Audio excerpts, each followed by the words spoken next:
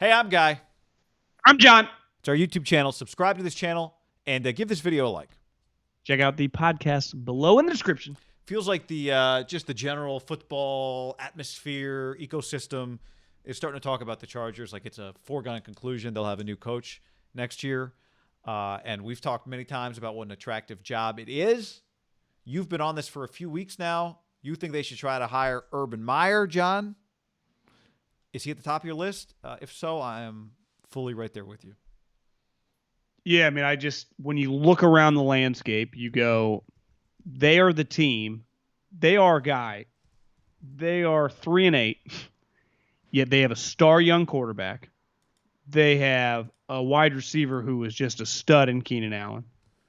Austin Eckler's a good player. Joey Bosa at one time, people just kept, like in NFL circles, like Joey Bosa's stat line through the half and then through three quarters. He had like 7 TFLs, 3 sacks. I mean, he's one of the best pass rushers in the league. They have all these good players, and they stink. It's one of those, and that means they're going to get a really high pick. I just don't know if you can come with a coach. If you said who would be their best option, because all these assistants, the Arthur Smiths and Bieniemys, and I don't know how you land on a guy better than Urban Meyer. And then when you factor in that he's already in LA because he works for Fox, I would make a run. Now, I don't know. That doesn't mean he would take it, but it would have to at least interest him. Well, and you texted earlier, like, would they be a bigger deal immediately with Herbert and him than McVay and the Rams? And even if you want to argue they don't have that much fans, and I've always argued, like, I think the Chargers actually, at least in San Diego, have more fans than the Rams have in LA. I'm talking true fans. Like, if you just met a guy in San Diego that was like 45 years old, he could tell you about all his sweet moments in the 90s and the 2000s about those Charger teams. He might hate him now, but he was a Charger fan. They had a group. I just feel like I've talked to all these Chargers fans who have like this tortured, like, oh, this happens, doesn't it? But at least I've met those people. Someone can tweet at us, maybe just because we live in California. Maybe all their fans are in St. Louis. Now, they do have something really good going, so they can build it. It takes time to build it. They have, like, it's clear what their brand is, right? McVay's a superstar.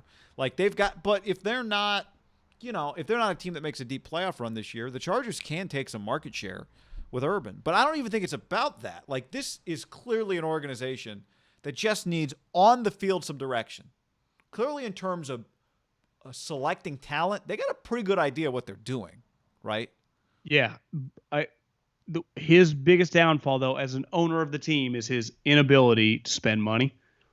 Or I guess his inability to want to spend money. They have money. Just like he has way more money than Mark Davis, and Mark Davis gave $100 million to, John Gruden. Not all at once. I mean, you get so much money in your media deal that it pays for your coaches too. It's just how much profit do you want at the end of the day? That's assuming you don't make any money from your stadium, which he wouldn't make the same money Kroenke makes, but he's still getting cash on game day. And clearly with Herbert, like, they have stuff to market. You give Urban Meyer the operation, like, is he willing to fire Tom Telesco? Because I would imagine Urban Meyer's going to want his own guy / he's the guy, right? One thing with Urban Meyer, he's essentially been the GM for 20 years of his own team, right? I think you're probably right. I do think there might be a world where if you're Tom Telesco and you spearhead give him help. Yeah, and you're like, look, Urban, it's ended for you in the last couple of places for a variety of reasons, but your health has been a factor here, right? So let's make sure that we are doing everything we can for you. I'm part of the solution for you. I want you here. I'm not telling you what plays to run, do anything. I'm just helping. But I do think I have a good track record. Scouting. Yeah, player selection, right? I think if you're Tom Telesco, you're thinking big picture. Here's what I would think if I were Tom Telesco. Yes, Urban, I'm going to have to give a little when it comes to player selection. But Urban's probably not going to be the coach here for the next 10 years. He might not be the next coach. You know what I mean? Like, he might not be 5. Might be 3 years. Yeah. Even though sneaky, he made it 6 years in Florida and 7 in Ohio State. So it's not like he's been, the health issue has popped up. That's got to be a real concern for him. So, man, let's make this easy for you. But I think the other thing that would make Urban really attractive is that when he leaves a place, that place is better than when he took it over.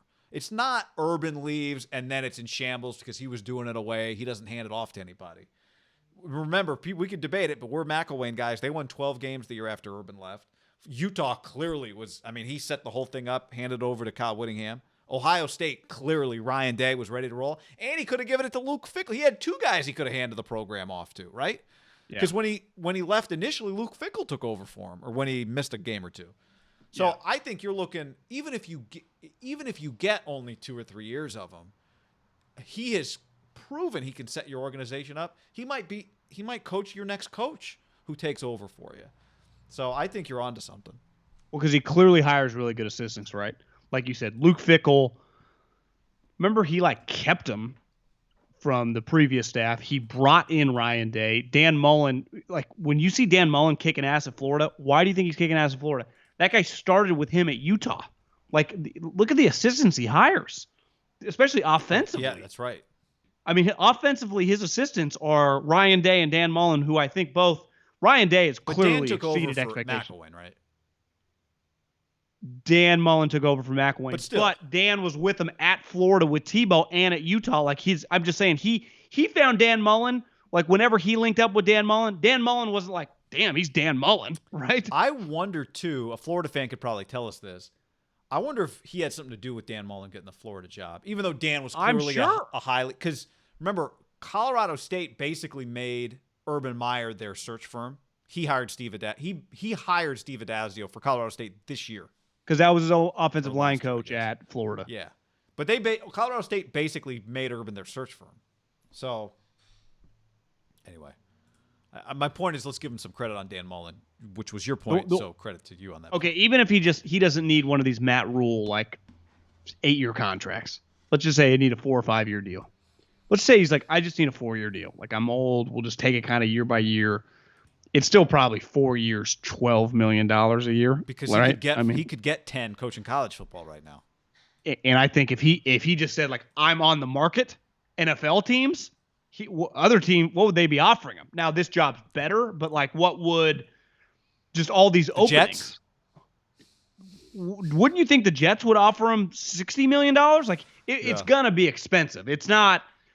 Just he'll coach you for $7 million.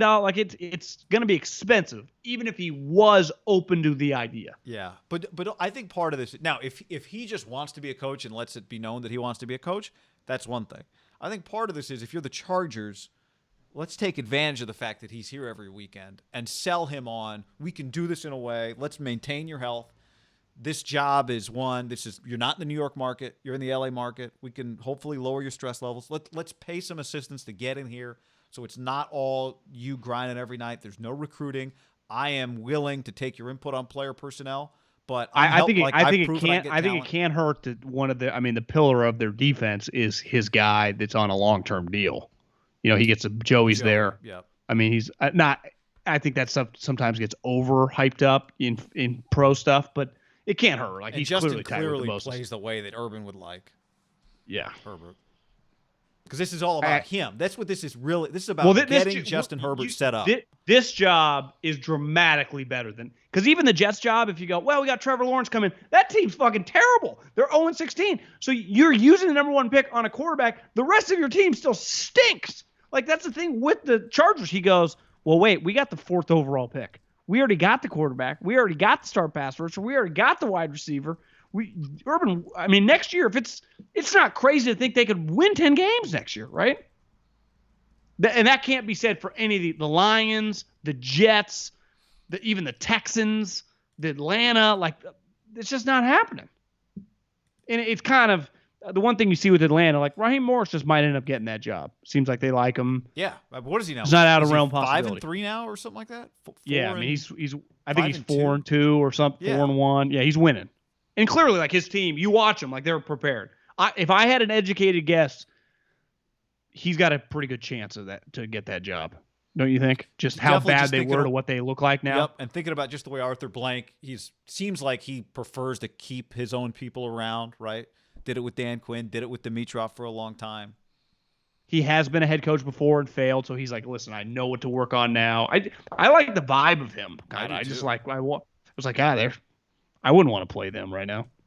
It was weird as I don't mind playing the Chargers, which is crazy because they have all this talent. It's bizarre. I don't know if I've ever seen anything quite like the Chargers because their talent is immense. Bosa had a stretch day where he had 6 tackles for loss and 3 sacks. You got Herbert. Eckler's making plays, and they're losing pretty easy. Like they're down by 10. It's like, what is going on? Well, they were playing a good team, right? I that think happens Anthony then when they Lynn, play the Dolphins. It's hard for them to finish them off. I think if you're going to be a head coach and fail, you want to fail where everyone just goes, listen, he failed. His team sucked. I think it's hard to get a second job when you go, God, he failed with the Chargers. Yeah, with Justin Herbert, with Keenan Allen. And not like, 7-9. The expectations were high, though. It's like they're awful. Yeah. There were no like no one's even paying attention to you really until you're really bad. And like you've been saying from the beginning, you didn't even this guy you didn't want to play. Now you probably, if you're winning games, no one even brings that up. It doesn't matter because he is your quarterback now, and you're not winning with him. Yeah, it's wild. Not winning with him. He only threw 1 touchdown today, but still, he threw for 316 yards. Well, he can't do everything himself, John. Every week? No, he can't. I mean, he's had help. If you just look at his stats, on his team, he completed double the amount basically of Josh Allen. Josh Allen threw for 157 yards. Josh Allen had a Kyler Murray line today. I say that only because that's basically what Kyler did today. Kyler had 170, I think.